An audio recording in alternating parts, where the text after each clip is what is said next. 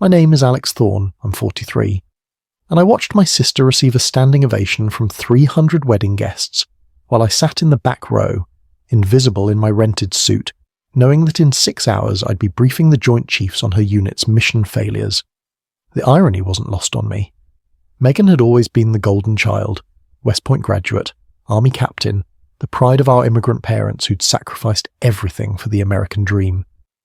I was the disappointment who wasted his potential by enlisting straight out of high school instead of going to college like a proper son should.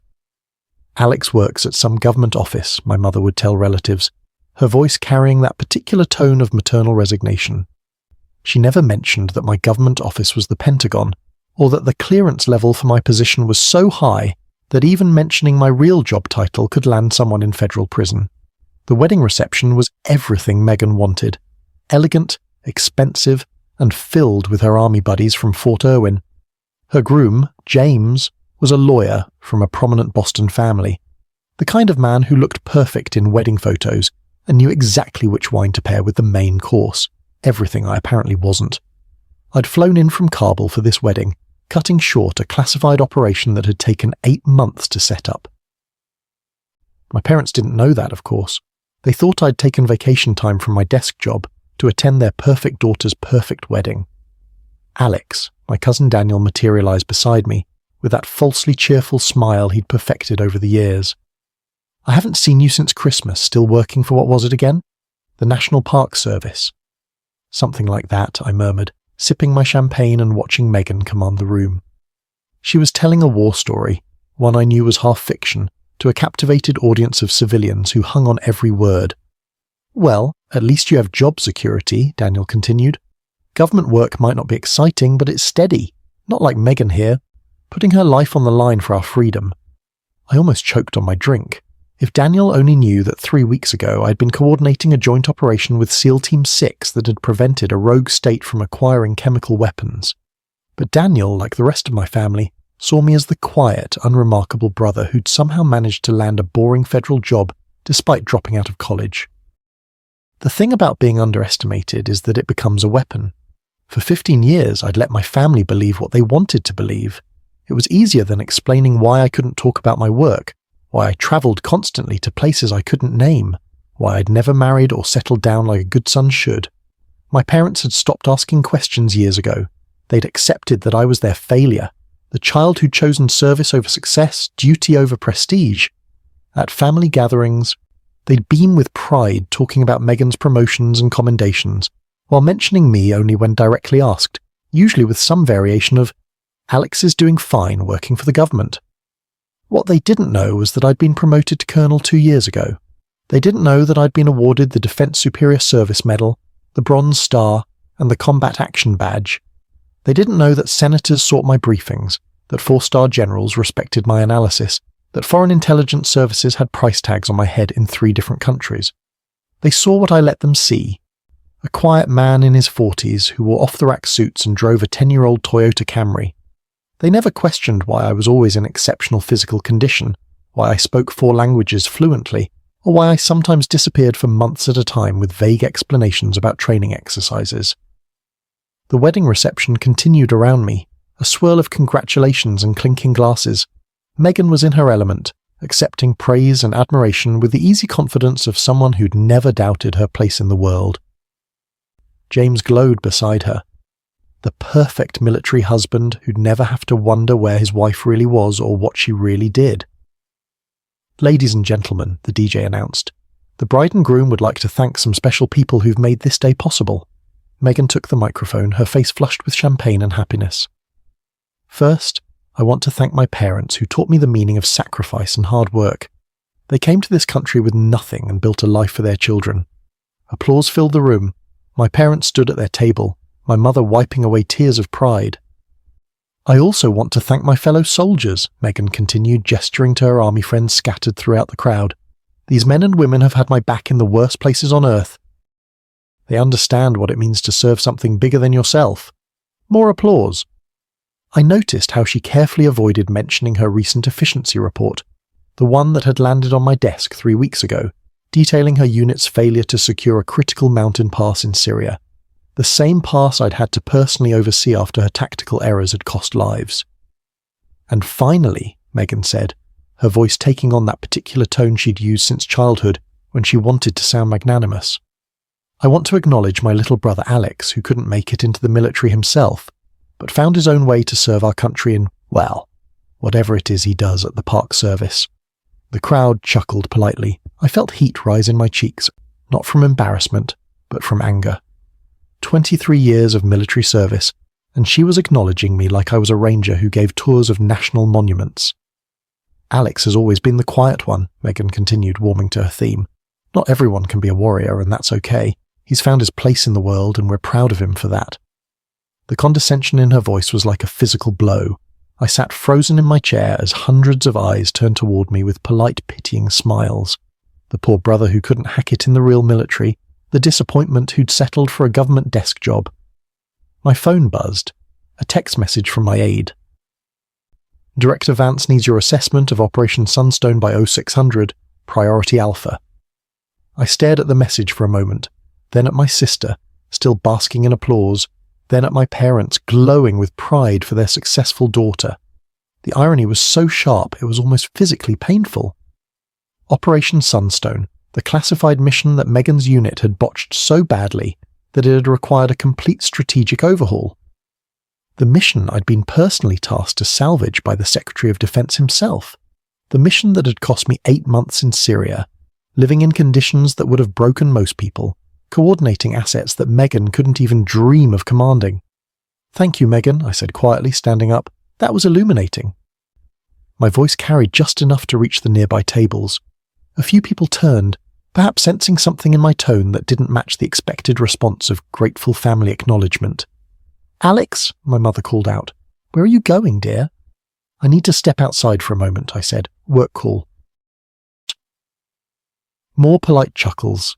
The National Park Service calling during a wedding reception. How tediously bureaucratic. I walked toward the exit, my steps measured and calm despite the rage building in my chest. 23 years of protecting people like Megan, of making the hard decisions she'd never have to face, of carrying secrets that would give her nightmares. And this was how she saw me.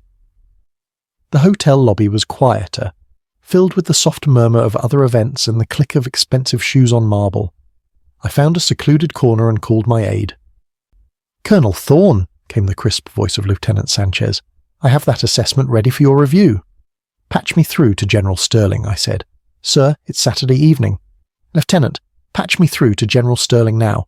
"Yes, sir." The line clicked. Then the familiar gravelly voice of my commanding officer filled the phone. "Alex, this better be important. I'm at my granddaughter's recital." "General, I need to discuss the Sunstone situation, specifically Captain Megan Thorne's role in the operational failure." A pause. "Your sister?" "Yes, sir. And I need to know if you're planning to attend her wedding reception." Another pause, longer this time. "Alex, what the hell are you thinking?" "I'm thinking that Captain Thorne just stood up in front of 300 people and described her brother as someone who couldn't make it into the military himself. I'm thinking that maybe it's time for some clarification." "Jesus Christ, Alex, you can't." "With respect, General, I can. I've spent 15 years protecting her feelings and my family's delusions. I'm done." The silence stretched between us. Finally Sterling sighed. "Where are you?" "The Ritz-Carlton in Georgetown, Grand Ballroom. I'll be there in 30 minutes. And Alex?" "Yes, sir. Make sure this is what you really want. Once you open this door, you can't close it again." I hung up and returned to the reception. Megan was now holding court at the head table, regaling James's parents with stories of military brotherhood and sacrifice. My parents sat nearby, basking in reflected glory. The band was playing something slow and romantic. Couples swayed on the dance floor, lost in their own perfect moments. It was the kind of scene that belonged in a movie about the American dream. Immigrant parents watching their daughter marry into society surrounded by friends and success. I took my seat and waited. 30 minutes later I saw him. General Sterling entered the ballroom in full-dress uniform, his chest heavy with ribbons and medals that represented 40 years of military service. Conversation slowed, then stopped, as people recognized the 4 stars on his shoulders. The DJ noticed too and cut the music mid-song. "Ladies and gentlemen, we have a very distinguished guest with us tonight." Megan looked up from her conversation, her face brightening with the assumption that this was somehow connected to her. Maybe one of her superior officers had come to honor her wedding. General Sterling walked directly to my table. The room fell silent. "Colonel Thorne," he said in his command voice that could carry across a parade ground. My apologies for the interruption. I stood and faced him. "General Sterling." The words hung in the air like a bomb waiting to explode. I heard my mother's sharp intake of breath, saw Megan's face drain of colour, watched as the implications rippled through the crowd. "Colonel," my father whispered, the word barely audible. "Your assessment of Operation Sunstone was exemplary," Sterling continued, his voice carrying to every corner of the silent ballroom. "The Joint Chiefs were particularly impressed with your strategic recommendations. Thank you, sir. The President sent his personal commendations for your service in Syria. 8 months coordinating multinational assets under hostile conditions.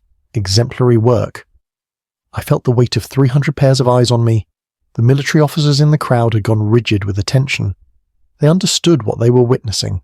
A 4-star general publicly commending a colonel who'd just been described as a National Park Service employee. "There is one matter we need to discuss," Sterling said, his tone shifting slightly. "Captain Megan Thorne's performance evaluation." Megan stood up so quickly her chair nearly toppled.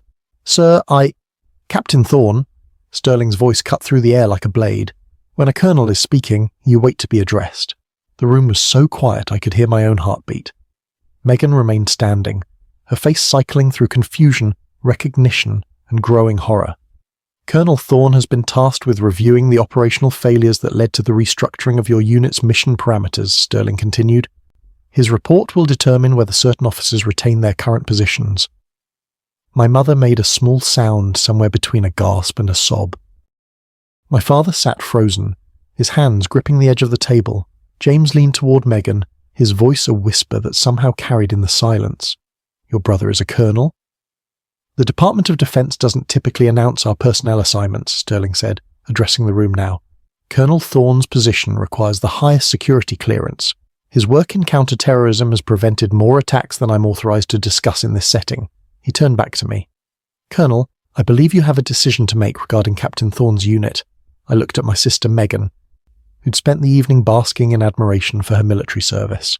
Megan, who'd just told a room full of people that I couldn't make it in the military myself.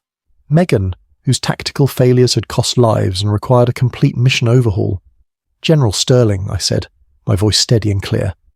"Based on my assessment of Operation Sunstone and Captain Thorne's role in the operational failures, I recommend immediate reassignment to non-combat duties pending a full review of her command capabilities." Megan sank back into her chair. The words hit her like physical blows. Reassignment, non-combat duties, review of command capabilities. Her military career, the career she built her identity around, was effectively over. "Understood, Colonel. I'll have the paperwork on your desk Monday morning." Sterling turned to address the room one final time. "Ladies and gentlemen, you have the honor of being in the presence of one of our military's finest officers. Colonel Thorne has served with distinction in Iraq, Syria, and several other locations I'm not authorized to name. His sacrifices have kept this country safe." He saluted me, a 4-star general, saluting a colonel in front of a room full of civilians who just spent the evening pitying my unremarkable government job. I returned the salute, then watched Sterling walk out of the ballroom, leaving behind a silence so complete it felt like a physical presence. Finally my mother spoke, her voice barely a whisper. "Alex, is this real?"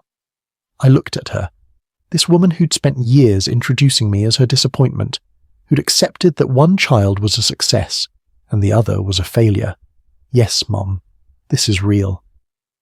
23 years, my father said slowly, as if testing the words. "You've been a soldier for 23 years. Yes. Why didn't you tell us?" "Hey, Cust." I looked around the room at Megan slumped in her chair, at James staring at me like I was a stranger, at the wedding guests processing what they'd just witnessed. "Because you never asked. You decided who I was 15 years ago, and nothing I said was going to change that. But your job, you said you worked for the government." "I do work for the government, Dad. I work for the Department of Defense. I've commanded troops in combat zones. I've briefed senators and generals. I've made decisions that affected thousands of lives." I paused, looking directly at Megan. including decisions about failed operations that put soldiers at risk. Megan finally found her voice. Alex, I didn't know. No, you didn't know. But you never tried to know. You were so busy being the family hero that you never wondered why your brother disappeared for months at a time, why he never talked about work, why he stayed in such good physical condition despite having a desk job. I picked up my keys and turned toward the exit. Congratulations on your wedding, Megan. I hope marriage brings you more happiness than your military career is about to. Alex, wait. My mother stood up, tears streaming down her face. Please, we didn't understand. You understood exactly what you wanted to understand, Mum. I was the son who didn't make you proud, so you stopped paying attention. I walked toward the door, leaving behind the wreckage of assumptions and illusions. Behind me, I heard the tentative start of conversations, the shocked whispers of people trying to process what they'd witnessed. At the door, I turned back one final time. Megan was staring at me with an expression I'd never seen before. Not the condescending big sister or the dismissive family hero, but something that might have been respect mixed with fear. Oh, and Megan, I called across the silent ballroom. That story you told about the mountain pass in Syria, the one where you heroically held your position against overwhelming odds. She nodded mutely. I was the one who coordinated your extraction. You were surrounded because you ignored intelligence reports and positioned your unit in an indefensible location. 12 soldiers were wounded because of your tactical errors. The silence that followed was different from before, heavier, more complete. This wasn't just the revelation of a hidden identity. This was the destruction of a carefully constructed mythology. I walked out of the ballroom, out of the hotel, and into the cool Washington night. My phone was already buzzing with calls from family members, but I ignored them all. For 15 years, I'd protected their illusions about who I was and who Megan was. I'd let them believe their comfortable story about the successful daughter and the disappointing son. I'd carried the weight of secrets and sacrifices while they celebrated achievements, built on those very sacrifices,